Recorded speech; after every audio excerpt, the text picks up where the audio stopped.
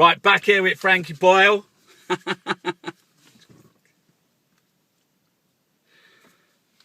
This is gonna fucking wake a few people up. Scottish independence. Yeah. I think they should go for Scottish independence just because it'd give them a chance in a fucking smaller unit to do something decent with their country. Do you know what I mean? There's no way through the fucking haze of Labour and Conservatives and fucking trying to align your interests with people fucking 500 miles away who have a completely different economic set of circumstances and a completely different fucking culture that you're going to manage to do it. But I mean, I think the problem is people here associate independence with the SNP. Vote for independence and get the SNP to fuck. Vote for independence and vote in a socialist fucking Republican party. Vote for some kind of fucking freedom. That'll be the dream. Vote for the fucking Greens. You know, anyone that says to me, I mean, for all this we talk about, there's political disillusionment and blah blah blah, and there's nothing between Labour and the Conservatives. We need a new party and all that.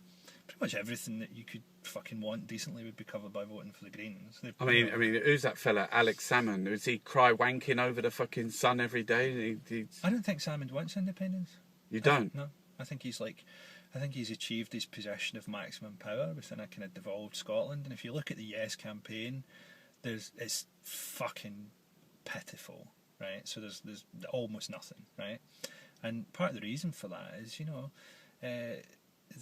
they've kind of maxed out in terms of the power they can achieve in this current setup. They'd like sort of devilish and max, and they won't even know that themselves because they're politicians. They've spent their whole lives lying to people, and now they're lying to themselves. They think they want an independent Scotland, and they can't fucking handle it, and hence there's no campaign. Okay, how comes you're so right on so many things, but then you tell rape jokes? Rape jokes? I tell jokes about everything. And there's no reason that you shouldn't do jokes about rape as well. I wouldn't be. Why do you want a burqa thrown over that side of fucking life? I mean, there's no area you couldn't deal with rape in, right? So you could deal with rape in the most debased art form possible, an ITV 2-part drama, right? No problem. You could do a song about rape and fucking rhyme it with cape, right? Nobody would say anything. Why is it? When the fact that you tell a joke, so it's suddenly a problem? Do you think it trivialises it? I mean, it doesn't have to. It depends on the joke and it depends on the context. Well, for some people, it can be a trigger. It's one of those things that can... Well, everything can be a trigger. I mean, in any audience, 1 in 4 people will have been affected by cancer. Yeah. Do you not talk about cancer? And also, who draws up this list of what we can and cannot talk about? Another thing is, people go, oh, you can't say that in public. And you're like, well, I've just said it in public to 2,000 people and everybody fucking laughed. What they really mean is, you can't say it because the fucking media will get hold of it and go nuts. Yeah. And again, public opinion isn't public opinion then, it's media opinion. We have a very liberal left in this country who act as the conscience for everybody. That's the thing, isn't it? Like from The Guardian and people like that. But that's people wanting to go, I want to draw a line around myself and all the good people, right? And there are various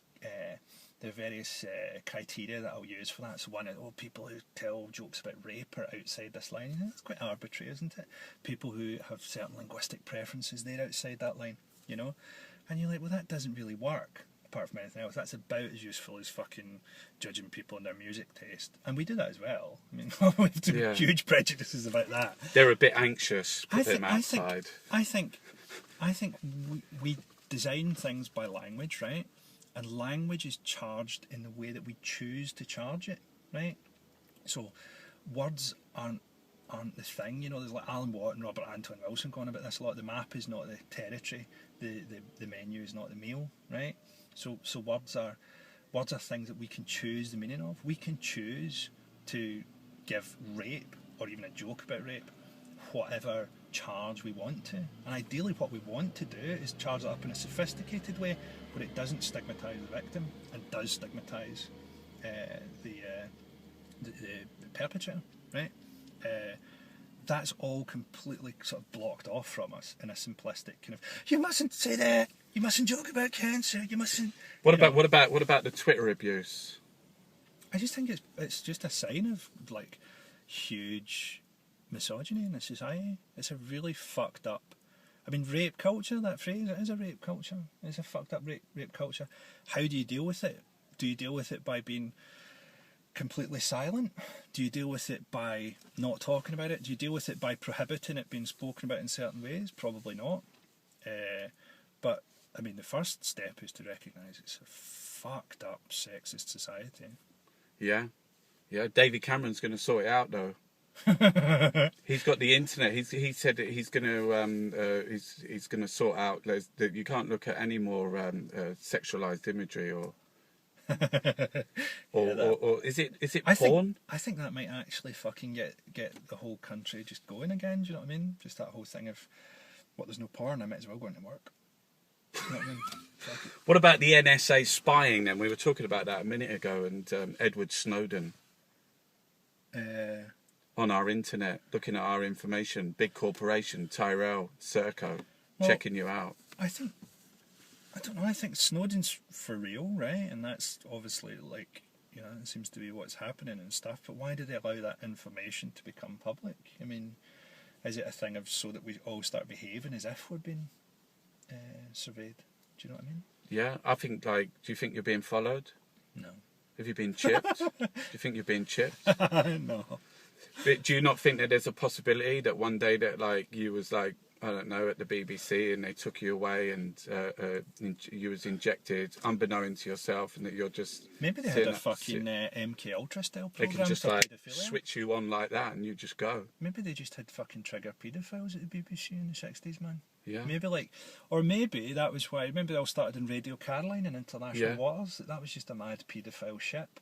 Was it? Got called in. Well, that's maybe why they were in International Waters. It wasn't to do with the fucking radio licences. It was actually just sexually they couldn't be allowed on land.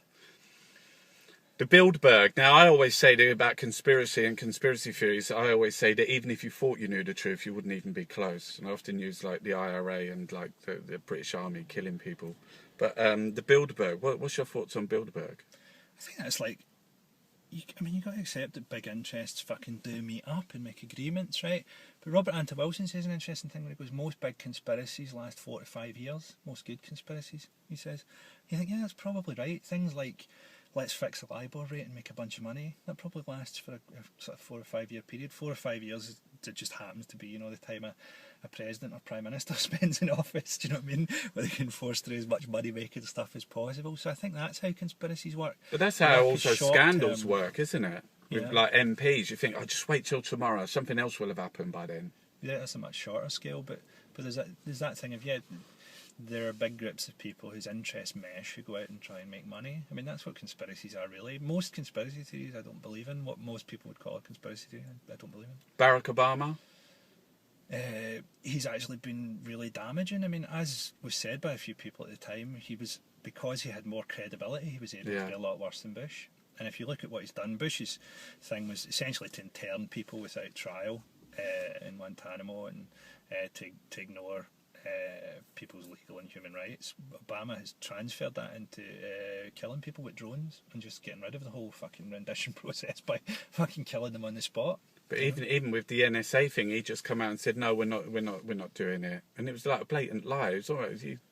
They do what they want. It's anything. But he's so much more plausible, and he's so much more media plausible than Bush. You've got to remember, Bush was playing to the public a lot of the time. That whole, I have underestimated people. That plays great in America. They like people to act stupid. But Barack Obama, he does the Charlie Chaplin speech every day. Yeah. Do you know that I believe that his rhetoric, his narrative is always very sort of But it's rhetorical. It's all this stuff about hope and change and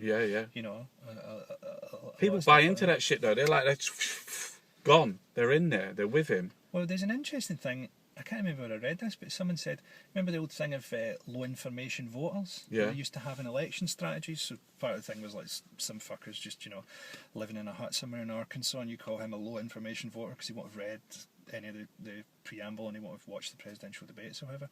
Now they don't use that term anymore because they just consider that nobody has enough information to make an informed decision. House of Lords, quickly. Well, if you have an unelected fucking chamber in a democracy, they are the skullfuckers, mate. They are the ones. Nigel Farage, the EU. I got a fucking list here. I can just keep going. Let's going to round this up, right? Akala said humans are stupid. I wouldn't say humans are stupid. I would say stupidity has been a huge force in history. Stupidity has been a huge force in human development that's got us to where we are. But let's not forget that things like altruism have also been huge forces in human history. And, you know, we've got to kind of look on the positive. So what's the future of mankind? Could be anything. Could still be anything. I like to think that we're at that point in the movie, you know, where everybody's lost all hope. Do you know what I mean? And we've got these fucking great beasts stalking us. The corporations, which call themselves human beings in legal terms, you know, they have the rights of humans. And that's why they exist as they do now. And we've just got to find out a way of killing the monsters, you know. I'm the Irish taxi driver. This, my friends, has been Frankie fucking Boyle.